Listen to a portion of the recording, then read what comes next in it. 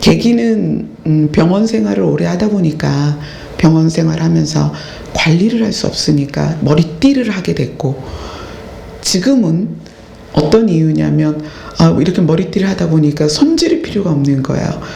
그러니까 미용실 가서 보내는 시간, 또 거기에서 보내는 들여야 되는 금액이 또 만만치 않잖아요. 그래서 비용과 시간을 생각해 보니까 이 스타일이 제일 좋은 거예요. 그리고 이제 처음에는 병원에 있을 때는 어쩔 수 없이 이렇게 했는데 남들이 그러더라고요. 괜찮다고. 그래서 이렇게 밀고 나가고 있습니다.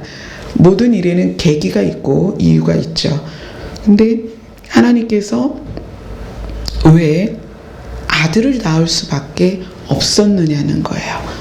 그리고 그것이 성경에서 예언되어졌고 예언이 현실이 됐죠. 그래서 오늘 히브리서 이 말씀에 보면 너는 내 아들이라 오늘 내가 너를 낳았다라는 말씀이 히브리서에만 있는 게 아니에요. 시편으로 가보겠습니다. 시편 2편 7절로 9절입니다. 시편 2편 7절로 9절입니다. 같이 읽겠습니다. 시작. 내가 여호와의 명령을 전하노라. 여호와께서 내게 이르시되 너는 내 아들이라 오늘 내가 너를 낳았도다.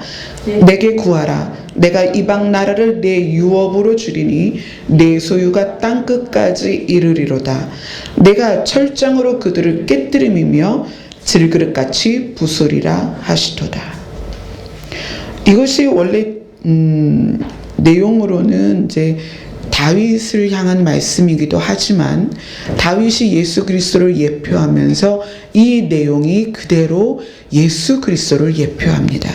그러니까 철장의 권세로 질그릇같이 악한 세력을 깨뜨리고 만왕의 왕이 되실 예수 그리스도를 말씀하시는데 하나님이 뭐라고 말씀하시냐면 너는 내 아들이다. 내가 오늘 너를 낳았다. 이것이 왜 예수 그리스도를 향한 말씀이냐? 이것은 이제 계시록으로 가보면 알 수가 있어요. 계시록 2장으로 갑니다.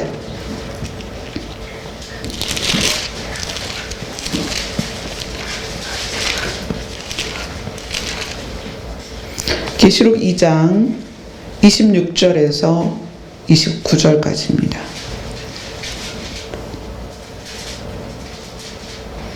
계시록 2장 26절에서 29절입니다. 같이 읽겠습니다. 이기는 자와 끝까지 내 일을 지키는 그에게 만국을 다스리는 권세를 주리니 그가 철장을 가지고 그들을 다스려 질그릇 깨뜨리는 것 같이 하리라. 나도 내 아버지께 받은 것이 그러하니라. 내가 또 그에게 새벽별을 주리라. 귀 있는 자는 성령이 교회들에게 하시는 말씀을 들을지어다. 이기는 자에게 철장을 가지고 그들을 다스려 질그릇을 깨뜨리는 것 같이 하는 이 내용이 지금 시편에 그대로 나와 있습니다. 그런데 이것을 뭐라고 그러냐면 예수님이 이렇게 말씀하세요. 나도, 예수인 나도 아버지께 받은 권세인데 너도 그것을 누릴 것이다. 이렇게 이야기를 합니다.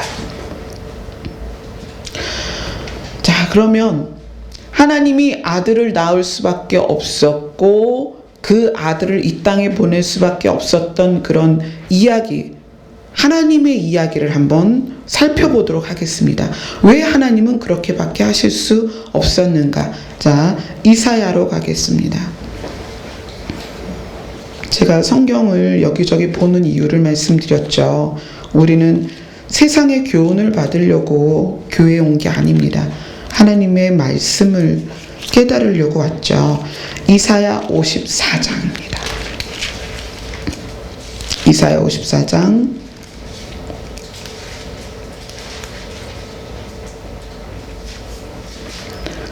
4절로 5절을 한번 보겠습니다.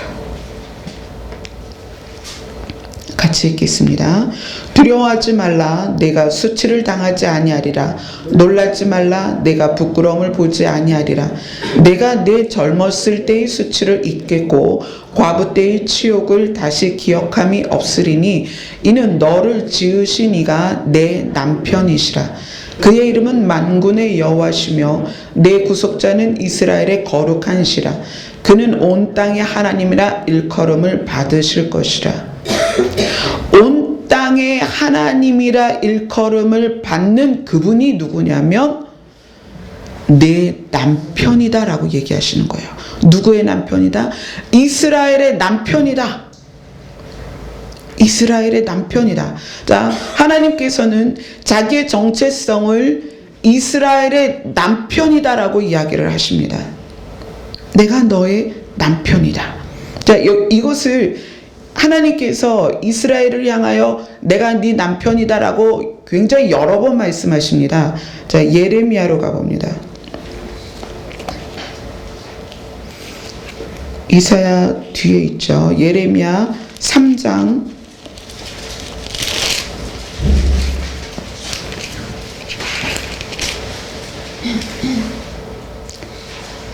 3장 14절만 보겠습니다. 14절 예레미야 3장 14절 같이 읽습니다. 여호와의 말씀이니라. 배역한 자식들아 돌아오라. 나는 너희의 남편임이라. 예, 거기까지죠. 그리고 20절을 보겠습니다. 예레미야 3장 20절 같이 읽습니다. 그런데 이스라엘 족속아 마치 아내가 그의 남편을 속이고 떠나감같이 너희가 확실히 나를 속였느니라. 여호와의 말씀이니라. 하나님께서는 이 땅의 많은 족속들 가운데 이스라엘을 선택해서 내가 너의 남편이고 너는 나의 아내다라고 말씀을 하십니다. 그렇게 말씀하시고 그 말씀을 하시는 이유는 아내와 남편의 관계에 가장 중요한 게 뭘까요? 제가 이렇게 상담을 하다 보면 부부 상담을 많이 하는데 아내와 남편과 아내 그 관계의 근간을 이루는 것이 무엇이냐면 사랑이에요. 그러니까 하나님이 이스라엘을 향해서 나 너 사랑해 그걸 이야기하는 거예요. 내가 너 남편이야. 그럼에도 불구하고 이스라엘은 끊임없이 하나님 여호와 하나님 외에 바알이라든가 아세라든가 또 때로는 송아지를 만들어서 그것을 자기의 남편을 삼습니다. 그래서 하나님께서 그 일에 대하여 굉장히 마음이 아파하십니다. 그리고 하나님께서 새로운 결심을 하시게 되죠. 자, 우리가 지금 예레미야를 보고 있는데 예레미야 31장으로 가보겠습니다. 예레미야 31장 31절부터 33절까지입니다.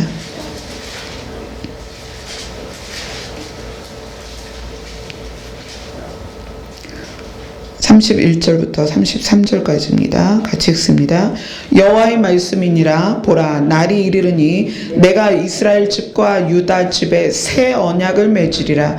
이 언약은 내가 그들의 조상들의 손을 잡고 애굽 땅에서 인도하여 내던 날에 맺은 것과 같지 아니할 것은 내가 그들의 남편이 되었어도 그들이 내 언약을 깨뜨렸음이라.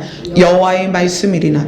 그러나 그날 후에 내가 이스라엘 집과 맺을 언약은 이러하니 곧 내가 나의 법을 그들의 속에 두며 그들의 마음에 기록하여 나는 그들의 하나님이 되고 그들은 내 백성이 될 것이라. 여호와의 말씀이니라. 하나님께서 이스라엘과 언약을 맺으면서 그 언약이 이제 애굽에서 나왔을 때의 언약은 뭐예요? 율법이잖아요. 율법을 통해서 내가 너의 남편이다. 내가 너희를 지켜줄 거야. 그 대신 율법을 통해서 뭘 말씀하시냐면 너랑 나랑 사랑하는 관계를 이것으로 좀 증명해보자. 네가 나를 사랑한다면 이 율법을 지켜줘. 율법의 정신이 뭐예요? 하나님을 사랑하고 이웃을 사랑하는 거예요. 우리 서로 사랑하는 것을 이 율법을 통해서 네가 증명을 좀 해봐봐. 이랬던 거예요. 그런데 오늘 말씀 보니까 여기에서 하나님이 그렇게 말씀하세요. 나 다시 약속할래. 새 언약을 맺자. 왜냐하면 내가 너의 남편이 되었지만 네가 약속을 깨뜨렸어. 그래서 나는 새로운 언약을 맺을 수밖에 없는데 이 새 언약은 내가 너의 마음에 새겨줄 거야. 돌판이 아니라 글이 아니라 네 마음에 이 언약을 새겨줄 거야. 이렇게 이야기를 하십니다. 자, 그러면서 이것이 어떤 의미로 나타나는지를 호세아서에서 말씀하십니다. 호세아서를 보겠습니다. 호세아 2장입니다.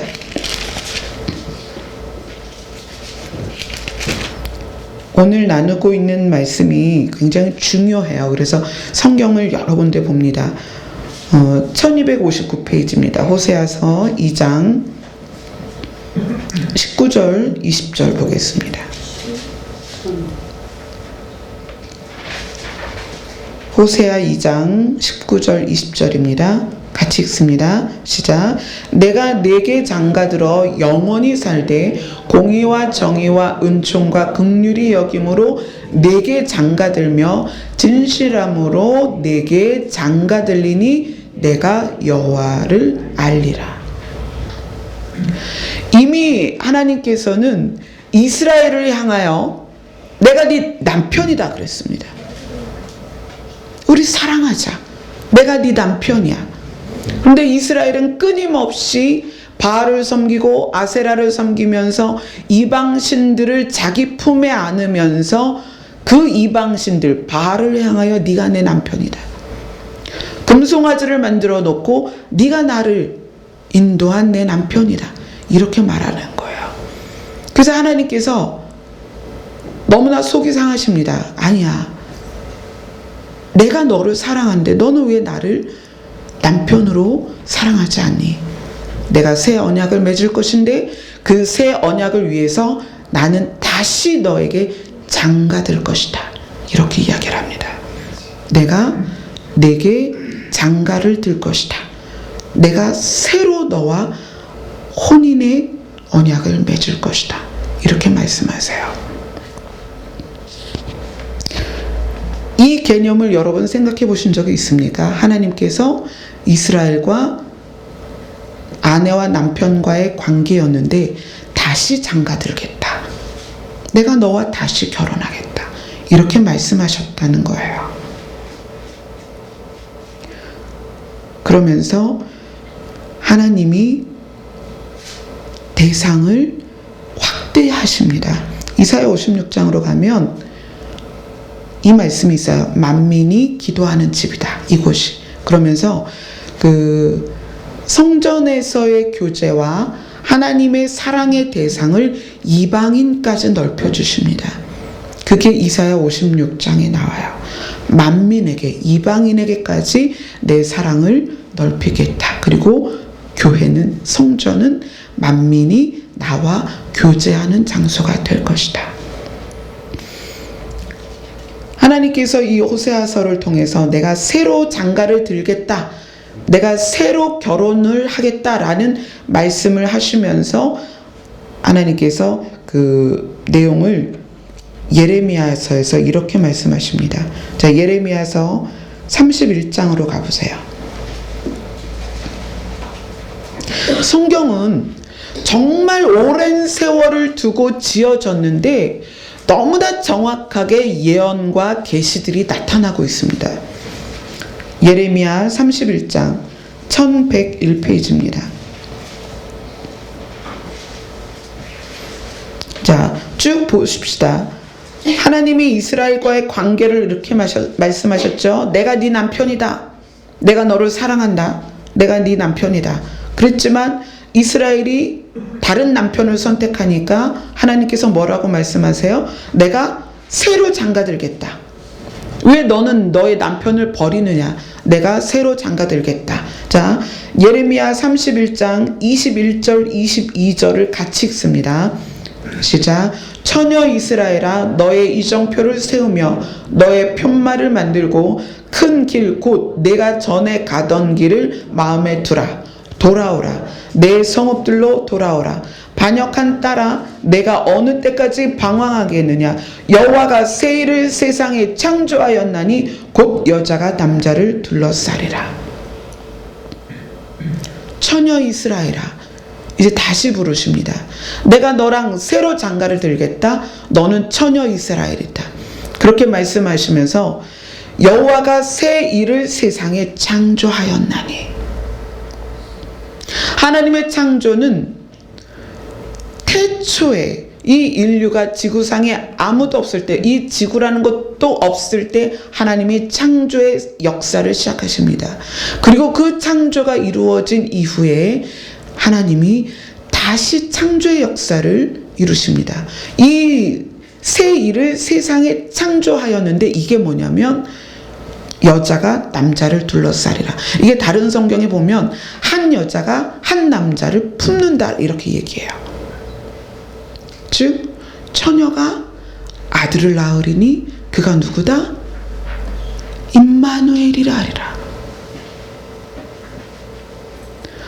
하나님께서 이스라엘과 이미 율법을 통해서 결혼한 사이로 내가 네 남편이야, 남편이야, 남편이야, 내가 너를 사랑해, 사랑해, 사랑해, 그렇게 이야기했지만 이스라엘은 자기 남편 하나님을 버립니다. 그래서 하나님께서 다시 말씀하세요. 내가 너에게 다시 장가들겠다. 호세아에서 그렇게 말씀하십니다. 내가 너에게 다시 장가들겠다. 그리고 예레미야에서 그렇게 말씀하십니다. 처녀 이스라엘아, 내가 새 일을 너에게 창조하겠다. 그리고 실제로 처녀 마리아를 통해서 하나님이 장가드십니다. 어떻게 말씀하세요? 처녀 마리아에게 성령이 임해서 아들을 낳습니다. 근데 이것이 처음 창조할 때의 창조의 역사와 전혀 다른 거기 때문에 오늘 그렇게 말씀하시는 거예요. 여호와가 새 일을 세상에 창조했다. 또 다른 창조다. 뭐다? 여자가 남자를 알지 못하고 성령에 의해서 잉태되는 것을 말씀하시는 거예요. 그리고 임마누엘이라 하리라. 하나님이 너희와 계속 함께 계실 거라는 걸 말씀하십니다. 성경은 중복적인 예언입니다. 중복의 계시고 역사를 통해서 계속 반복되고 계십니다. 왜 하나님은 다시 우리와 결혼을 할 수밖에 없었는가? 예수 그리스도를 통하여 우리는 또 다른 결혼을 앞두고 있습니다. 계시록에 보면 어린 양의 혼인잔치를 이야기하고 있죠. 어린 양의 혼인잔치. 그래서 우리를 누구다? 너희는 신부다. 예수 그리스도는 누구다? 신랑이다. 라고 이야기를 하십니다. 여러분들이 명절 이 빨간 글씨로 되어 있는 날에 명절 중간에 지금 저희 성도님들도 멀리 가신 분들은 못 나오셨는데 여러분은 왜 여기 나와 계시는가요? 여기에 계신 이유는 하나님이 유일한 신이라는 가치를 가지고 계신 분들이 여기에 나와 계신 거예요. 그렇죠? 하나님이 유일한 신이다. 하나님이 우리를 지으신 분이다. 그래서 우리는 우리의 가치가 이동되는 것을 경험합니다. 어떤 거냐면 하나님이 진짜 신이고 신이 계시고 우리를 창조하셨다라는 것을 깨닫는 순간에 우리의 가치는 육신에서 영원한 곳으로 옮겨집니다. 자, 하나님이라는 분이 존재한다는 게 믿어지지 않으면 하나님이 어디 있어? 라고 이야기한다면 우리의 가치는 육체 안에 머뭅니다. 그렇죠? 육체 안에 머물러요. 그래서 어떻게 되냐면 죽으면 끝이다라고 생각하게 됩니다. 신을 인정하지 않고 하나님을 인정하지 않으면 우리의 가치는 시간 안에 머뭅니다. 그래서 죽으면 끝이야. 그동안에 죄를 짓든지 사기를 치든지 도둑질을 하든지 즐겁고 재밌고 부유하고 나만 잘 되면 돼. 이러한 가치로 살 수밖에 없어요. 그러나 저는 믿기로 여러분들은 하나님이 신이시고 그분이 우리를 지으셨다라는 것을 믿는 분으로 생각합니다. 그렇다면 우리의 가치는 어떻게 이동이 되느냐? 시간 안에서 영원으로 옮겨집니다. 지금 30년 후에 이 자리에 몇 분이나 앉아 계실까요? 제가 올해 50입니다. 30년 후에도 살아있을까? 알 수 없습니다. 좀 더 나가서 50년 후에 여기 몇 명이나 남아있겠어요? 우리 선영자매를 기점으로 그 아래는 남아있을지 모르겠지만 위로는 여기 한 분도 안 계십니다. 하나님이라는 분을 인정한 다음에는 우리는 우리의 가치가 이 땅에 있는 게 아니라 시간 안에 있는 것이 아니라 영원으로 옮겨지는 거예요. 왜냐하면 하나님이 우리를 위에서 지으신 세계가 영원한 세계예요. 하나님은 지금 시간 안에 계신 게 아니라 시간 밖에 계십니다. 영원이라는 곳에 계세요. 그리고 하나님께서 우리에게 알려주고 싶으신 것은 너희는 시간의 지배를 받고 있지만 그곳에 머무는 사람이 아니라 영원으로 옮겨질 사람이다라는 것을 성경을 통해서 계속 말씀하십니다. 그런데 그렇게 말씀하시고 영원에 거하는 하나님이 시간 안으로 들어오십니다. 시간 안으로 들어오신다는 이야기는 뭐냐면 하나님이 사람에게 남편이 되어주겠다는 거예요. 왜 그럴까요?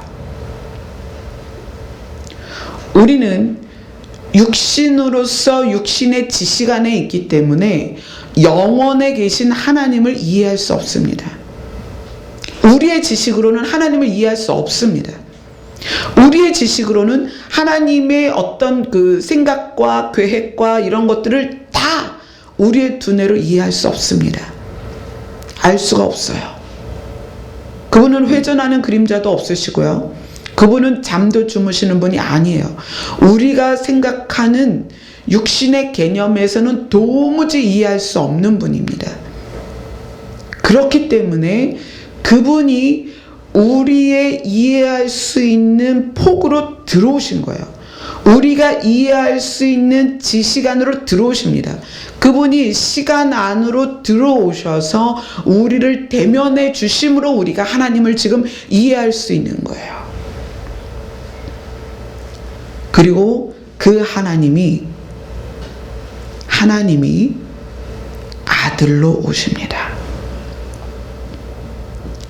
아무리 하나님이 내가 네 남편이다, 남편처럼 너를 사랑해, 남편처럼 너를 지켜줄게 그렇게 얘기해도 사람이 믿지 않습니다. 이스라엘 백성이 모세와 함께 광야에 있을 때 하나님의 임재가 있을 때마다 이스라엘 백성은 어떤 반응을 보였냐면 두려워합니다. 하나님을 두려운 존재로 대면하면 죽으니까 두렵게만 여기는 거예요. 그래서 하나님께서 새로운 결심을 하십니다. 여러분 여기 이제 공부 잘하신 분도 있겠죠. 국사를 100점 맞으면 국사를 잘하는 거예요. 그러면 국사 100점 맞는다고 나라를 사랑하느냐? 그건 아니죠. 국사 100점 맞는 것과 나라 사랑하는 건 좀 달라요. 그죠? 우리가 시험을 잘 보기 위해서 열심히 음악을 공부해서 음악을 100점 맞아요. 음악을 100점 맞는 것이 음악을 좋아하느냐? 그건 아닙니다. 그죠? 도덕을 100점 맞는 것이 그 사람에게 윤리적 의식과 도덕적 정신이 많은 거냐? 그것도 아닙니다. 하나님의 율법을 주시고 이것이 너와 나와의 약속이야. 이걸 지키면서 우리 사랑하자. 너의 사랑을 증명해봐 그랬는데 율법을 이스라엘 백성이 기가 막히게 지켰습니다. 율법은 기가 막히게 지켰는데 그 안에 하나님을 사랑하는 게 아니라는 거예요. 이웃을 사랑하라고 그 법을 주셨는데 이웃을 사랑하는 게 아니에요. 그래서 결국 하나님은 인간의 관계 안으로 들어오십니다. 하나님이 시간 안으로, 관계 안으로 직접 들어오시는 게 어떤 사건이냐?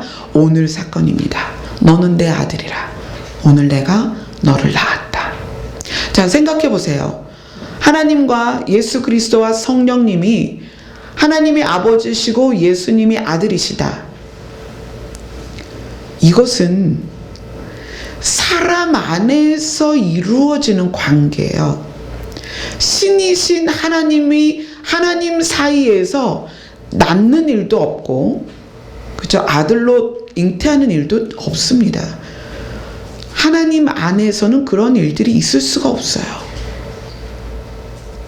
그럼에도 불구하고 하나님이 아들로 이 땅에 오셨다는 것은 우리의 지식이 그것을 좀 알고 깨닫고 하나님과의 관계를 좀 그 관계 안에 깊이 들어갈 수 있도록 하기 위해서 하나님이 세상에 사람으로 오신 거예요. 하나님께서 내가 새 일을 세상에 창조하면서까지 사람으로 이 땅에 오신 것은 사람이 이해할 수 없는 하나님을 내가 좀 직접 보여줄 테니까 이해를 하라는 거예요. 너희가 나를 그렇게 사랑하지 못하니까 내가 너희에게 사랑을 좀 보여줄게.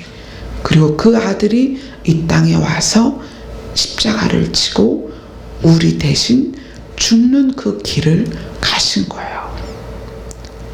그럴 필요가 전혀 없으신 하나님이 그 길을 가신 겁니다. 이게 새 언약이에요. 마음에 새겨주겠다. 마음에 새겨주겠다. 예수 그리스도를 우리가 사랑하면 우리는 구원을 받습니다. 율법은 613가지 조항을 다 지켜야 완벽하게 율법을 지키는 거예요. 그건 너무나 어려운 일이었습니다. 그것이 짐이 되고 마치 이스라엘 백성에게는 그들을 끌고 가는 갈고리 같았습니다. 그러나 예수 그리스도는 그게 아니에요. 사랑이에요. 예수 그리스도 자신이 사랑이고요. 그분이 삶 자체가 사랑이었고 우리가 그분을 사랑하는 것만으로 죄사함을 받고 그분을 사랑하는 것만으로 우리가 구원을 받는다는 것을 하나님께서 보여주시는 거예요. 왜 하나님은 이스라엘을 향해서 내가 네 남편이다 라고 얘기했느냐? 남편과 아내는 재산을 공유합니다. 그렇죠? 재산을 공유해요. 하나님이 이스라엘을 아내로 삼으신 것은 하나님이 소유한 모든 것을 공유하겠다는 거예요. 하나님의 재산을 공유하겠다는 거예요. 하나님의 재산이 뭐죠? 하나님의 나라이고 천국입니다. 영원이에요. 세상의 시간에 속한 것이 아니라 썩어질 것이 아니라 영원한 것입니다. 그 영원한 것을 아내인 이스라엘에게 주겠다는 거예요. 공유하자는 거예요. 그런데 그 아내가 남편을 떠납니다. 자, 그래서 하나님께서 아들을 낳으시면서 아들에게 세상의 모든 것과 하나님이 가지신 모든 소유를 아들에게 상속시키시고 우리에게 무엇라고 말씀하시냐면 너희는 내 자녀다. 이제 모두가 내 아들을 믿으면 너희를 내 자녀 삼겠다. 하나님이 우리를 자녀 삼으시는 이유는 뭐 때문이다? 상속 때문입니다. 하나님의 것을 우리에게 주기 위해서 우리의 지위를 자녀인 지위로 올려주시는 거예요. 상속 때문에. 또 하나님이신 예수 그리스도를 이 땅에 보내신 것은 만유를 또 하나님이 소유한 영혼을 아들에게 상속시키시고 그 아들을 사랑하는 자들에게 아내된 자로서 하나님의 유산을 상속받게끔 하려는 거예요. 왜 하나님은 하나님의 것을 자꾸 관계를 통해서 주고 싶어 하시는가? 우리는 시간 안에만 머무는 존재가 아니기 때문이에요. 우리의 시간이 끝나면 영원이라는 곳으로 가는데, 그 영원이라는 곳이 두 군데예요. 하나는 사탄과 타락한 천사를 잡아넣기 위한 지옥이 있고, 하나는 하나님이 사람에게 주고자 하는 영원한 세상, 회복된 에덴이 있습니다. 그런데 타락한 천사를 가두기 위해 만들어 놓은 그 지옥에 사람들이 끊임없이 가고 있다는 거예요. 그래서 하나님은 약속을 통해서 그들을 하나님이 예비해 놓으신 영원한 나라 천국으로 인도하고 싶은데, 사람들은 끊임없이 지옥으로 가고 있어요. 우리가 이 자리에 왜 나와 있습니까?